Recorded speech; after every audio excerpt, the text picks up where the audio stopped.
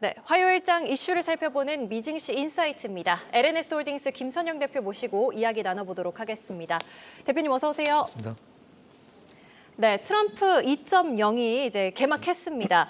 사실 3대 지수 같은 경우에는 상승세를 보여주고 있습니다. 당초 우리가 계속해서 우려를 했었던 이 즉각적인 보편 관세 부과 조치, 이 부분이 발표가 되지 않으면서 시장 현재로서는 좀 안도하는 듯한 모습을 보여주고 있는 건데 사실 시간 문제 아니겠습니까? 이게 뭐 앞으로도 오지 않을 것이다 이렇게 볼 수는 없을 것 같은데요, 대표님.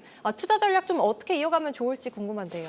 일단 관세는 뭐 잘 아시겠지만 트럼프가 이제 무기로 사용하고 있죠. 일단 던져놓고 자 우리에게 선물을 줄 수 있는 거 한번 줘보지라고 좀 시간을 준 거라고 보시면 될 것 같습니다. 오늘 사실은 이제 첫날부터 중국을 뭔가 압박을 하는 관세가 좀 나올 거라고 다들 예상을 했는데 그게 안 나오면서 일단 오늘 중국 지수는 괜찮게 마감한 것 같아요. 그래서 지금 포인트는 이제 미국이 언제 어느 시점에 어느 나라에 얼마나 관세를 부과하는지 그게 좀 여부인 것 같은데 우리나라가 이제 지난 트럼프 1기 때 이제 관세가 철강 쪽에 25%를 먹이겠다라고 했다가 이야기를 잘 풀어가지고 결국은 이제 관세를 먹지 않고 수출량만 좀 조절하는 식으로 끝난 적이 있었거든요. 그렇기 때문에 일단 관세를 부과한다 하더라도 이제 미국이 어느 정도 이제 갖다 주면은 우리가 보통 선물 꾸러미를 가져간다라는 표현을 쓰는데 이렇게 되면은 이제 관세에 대한 부분 좀 각 나라별로 아마 천차만별의 분위기가 나올 것 같은데 결국은 어쨌든 미국도 지금 이제 중국을 타겟팅해서 이제 하고 있는 그런 액션들이기 때문에 다른 나라보다는 이제 중국과 이제 앞으로의 미국 관계를 좀 계속 눈여겨볼 필요가 좀 있을 것 같아가지고 일단 전반적인 어떤 투자 전략을 크게 바꾸실 필요가 없지만 중국 쪽과 관련돼 있는 종목을 투자하시는 분들, 그 중국과 관련된 데 아니면 혹시 중국에서 매출이 많이 나오는 그런 기업들 투자하고 계신 분들은요 좀 참고해 보실 필요가 있을 것 같습니다. 네, 참고해 보시면 좋을 것 같고요. 자, 이어서 사실 트럼프 2기를 이야기할 때요. 저희가 1기를 빼놓고 좀 이야기를 할 수가 없는 부분이 있어가지고 대표님과 이 부분에 대해서 좀 자세히 이야기를 나눠보면 좋을 것 같은데요. 이제 트럼프 2기 시대에 또 특히 IT 그리고 금융 섹터에 대한 긍정적인 전망이 좀 나오고 있는 것 같습니다, 대표님.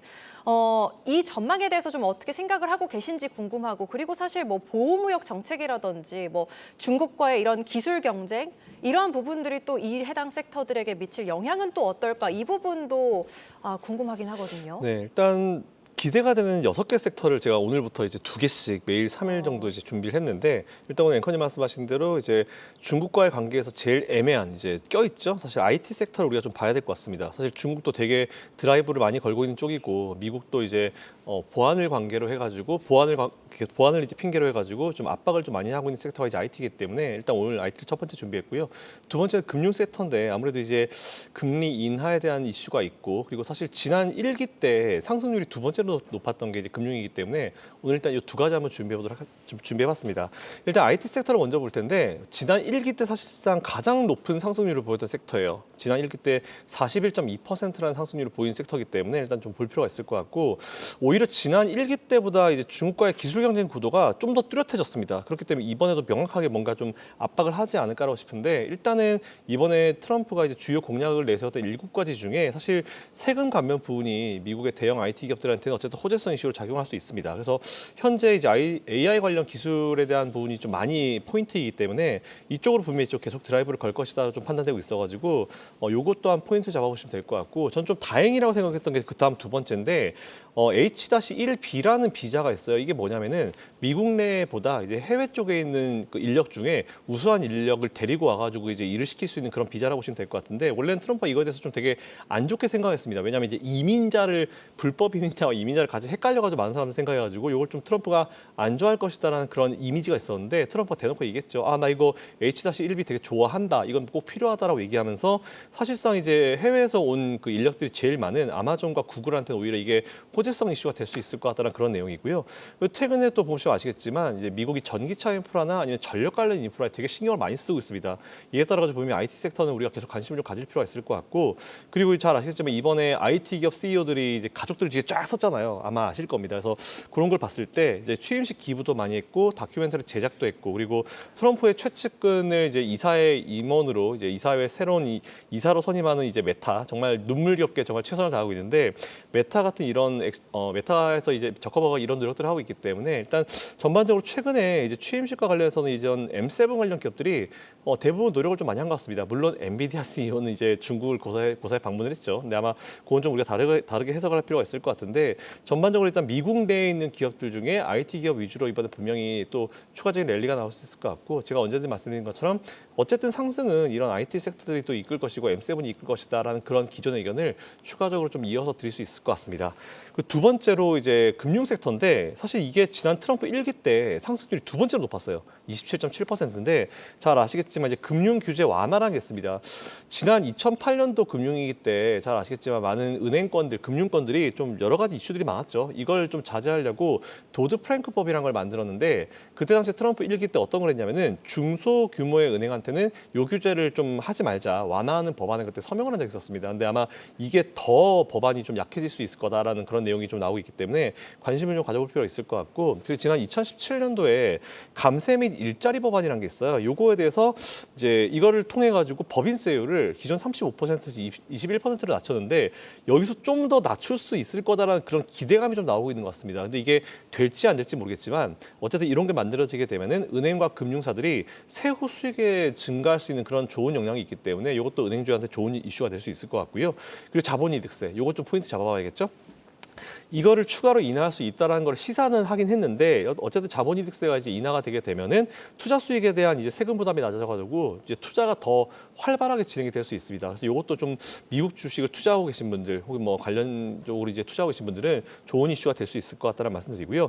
그리고 나머지가 좀 중요한 포인트인데 은행들이 더 많은 대출 그리고 투자 활동을 좀 할 수 있습니다. 실제로 최근에 보면은 이제 미국의 많은 투자은행들의 매출이 좀 살아나고 있는 부분인데 사실 미국의 투자은행은 우리나라랑 좀 다릅니다. 우리나라는 소비자한테 대출을 위주로 주고 아니면 기관한테 대출을 위주로 주는 게 메인 수익인데 미국 같은 경우는 이제 투자은행, IB, M&A가 굉장히 크거든요. 근데 사실 바이든 행정부 때 이제 DOJ 같은 이런 그 제재 기관들이 뭐만 하게 되면은 좀 이제 이게 뭐 이제 합병을 하게 되면 참 문제를 많이 삼았습니다. 그래서 IPO나 M&A 활동 자체가 사실 되게 좀 더디고 좀 어려웠었던 적이 있었기 때문에 IB 투자은행들이 사실 이제 M&A 쪽 매출을 뭔가 원활하게 잡아내기가 좀 어려웠었죠. 이제 규제 법안이 워낙 많았기 때문에. 하지만 최근에 트럼프 대통령을 바뀌면서 이제 M&A 시장이 확실히 살아나고 있는 그런 분위기고 실제 이제 골드만삭스 같은 경우는 M&A 건들이 되게 많이 늘어나고 있다는 얘기도 하고 있고 실제 그 매출이 아마 올해부터는 굉장히 좀 기대를 할 수 있는 그런 상황이기 때문에 제가 봤을 때는 이제 은행도 좀 더 편안하게 이제 뭔가 사업을 할 수 있는 그런 상황이 좀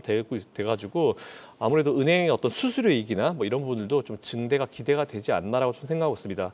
그래서 보통 이제 금융 섹터를 볼 때는 제가 이제 ETF는 보통 XLF 뭐 이런 거 한번 관심 가져보시면 좋을 것 같다라는 그런 의견도 드리겠습니다. 네, 사실 뭐 이런 이슈들이 트럼프 일기에 없었다라고 보기에는 어렵거든요. 뭐 새로운 이슈로 떠오르고 있다 이렇게 볼 수는 없기 때문에 그럼에도 불구하고 대표님께서 앞서서 뭐 중국과 이런 기술 경쟁 구도가 더욱더 구체화될 수 있다라고 하셨는데 이 부분이 사실 뭐 일기 때는 IT와 금융주가 좋았을지언정 IT 기업들에게는 이번 2기 때는 좀 우려해야 될 부분으로 생각을 해봐야 되는 부분이 아닐까 뭐 이런 생각도 드는데 어떻게 보세요? 다행인 거는 이제 바로 전 행정부였던 바이든 행정부에서도 계속 중국을 규제를 하고 있었다는 게 다행인 것 같아요. 만약 규제를 안 하고 있다가 계속 이제 자리를 뺏기고 이제 땅 따먹기에서 이제 계속 땅을 뺏기고 있다가 갑자기 규제를 해버리게 되면은 이제 타이밍이 늦었기 때문에 뭔가 뒷심이 좀 부족했을 수 있는데 이미 바이든 행정부 때부터 계속 중국을 규제를 하고 있었기 때문에 사실 저는 그나마 좀 다행이라고 생각하는 부분은 그 부분입니다. 미리 좀 규제를 했었고 타이밍 맞게 잘 하고 있었기 때문에 이게